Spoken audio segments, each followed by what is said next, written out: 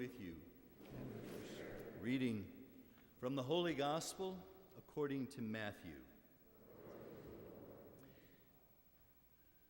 So Jesus again, in reply, spoke to the chief priests, to the elders of the people, in parables. He said, "The kingdom of heaven can be likened to a king who gave a wedding feast for his son. He dispatched his servants to summon the invited guests to the feast, but they refused to come. A second time he sent other servants, saying, 'Tell those invited, behold, I prepared my banquet, my calves and fatted cattle. They're all killed. Everything's ready for the feast.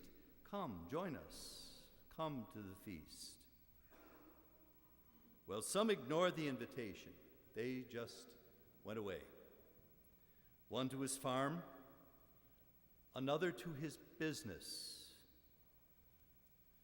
The rest, well, they laid hold of his servants. They mistreated them. They killed them. The king was enraged. He sent his troops, who destroyed these murderers and burned their city. And then he said to his servants, 'The feast is ready, but those who were invited were not worthy to come. So you go out into the main roads, invite to the feast whomever you find there.' The servants went out into the streets. They gathered all they found, bad and good alike, and the hall was filled with guests. But when the king came in to meet the guests, he saw a man there, not dressed in a wedding garment. The king said to him, 'My friend, how is it that you came without a wedding garment?' They were out in the hallway for everybody." But he was reduced to silence. And then the king said to his attendants, "Bind his hands and his feet, and cast him out into the darkness outside." This is pretty severe. "Where there will be wailing and grinding of teeth. Many are invited, but few are chosen." The Gospel of the Lord.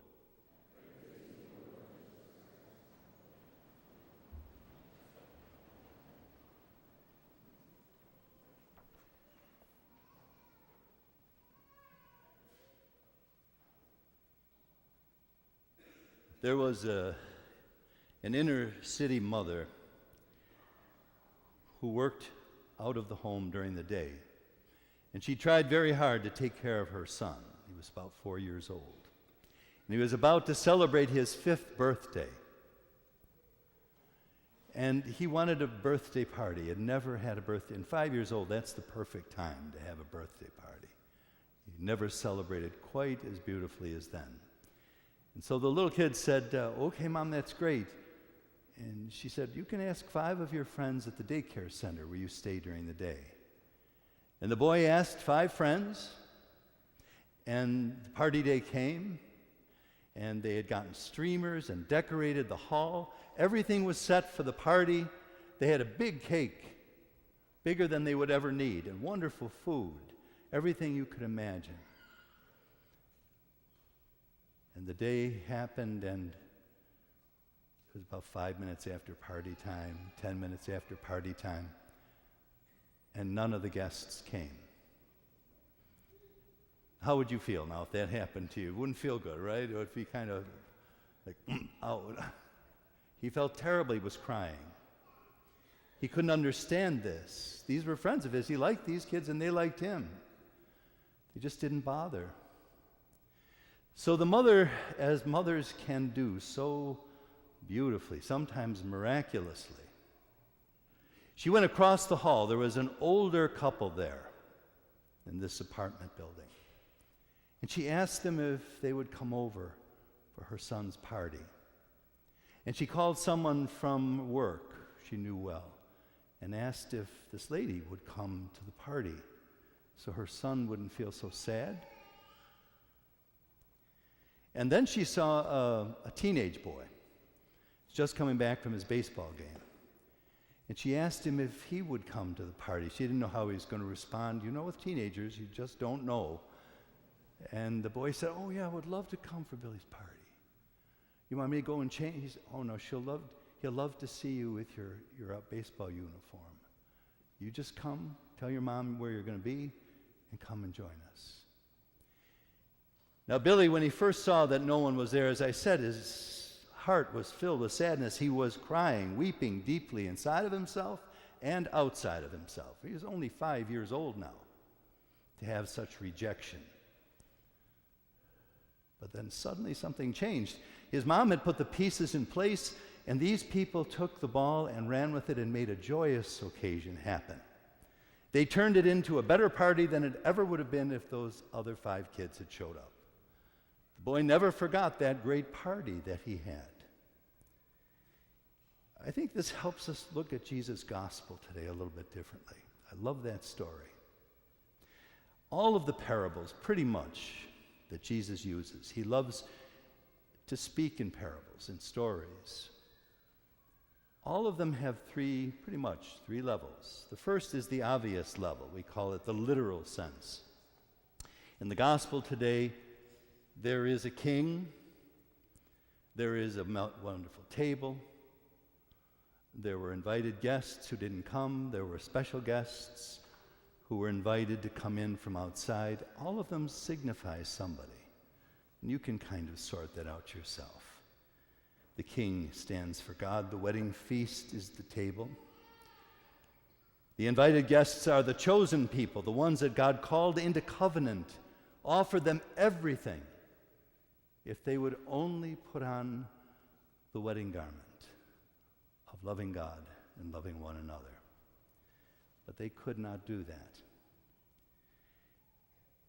The third level is the meaning level for you and for me. We know now that the table, this table, and even more the heavenly table, is open to everyone, not just Jews, Gentiles, the poor, the wealthy, the smart, the slow, the tall, the short, everybody. Africans, Europeans, people from South America, from Puerto Rico, from Mexico, from Texas, from Florida. People everywhere belong at the table of the Lord. This is a universal kingdom. And our place in it is determined by how we live. Jesus has said, love God and love one another. The whole law rests on those two things, really. I remember a few years ago, well, many now, I was teaching at St. Mary's High School, and I got a call from Bishop Head. At first I thought it was one of my friends fooling me, and I said, yeah, how are you doing, Bishop? Are you having a good golf game today or whatever? He said, no, Gary, this is really Bishop Head, with his Long Island accent.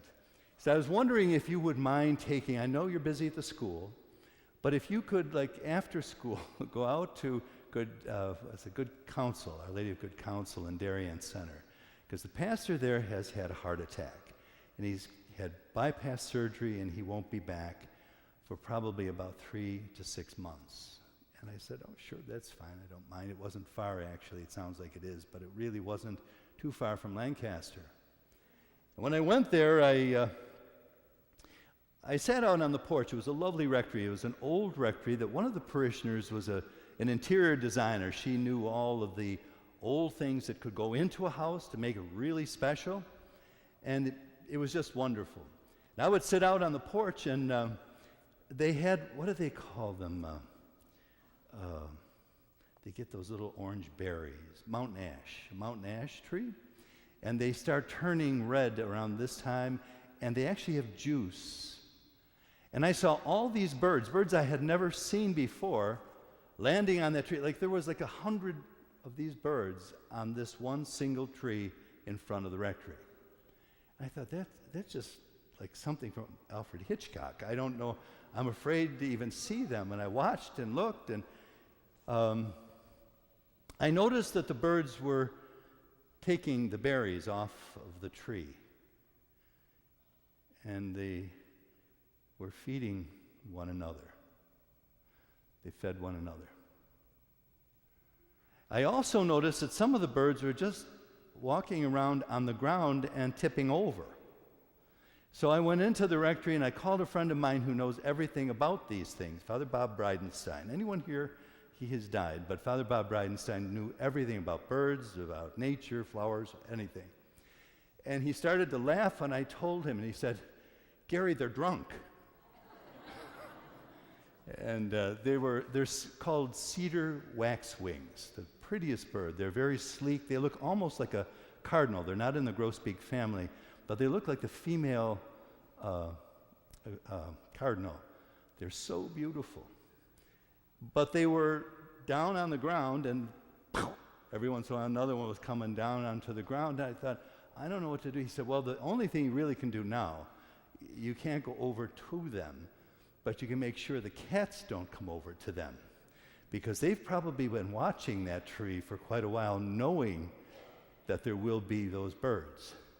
And so I sat out there for 3.5 hours, this is the truth, waiting for those birds to sober up.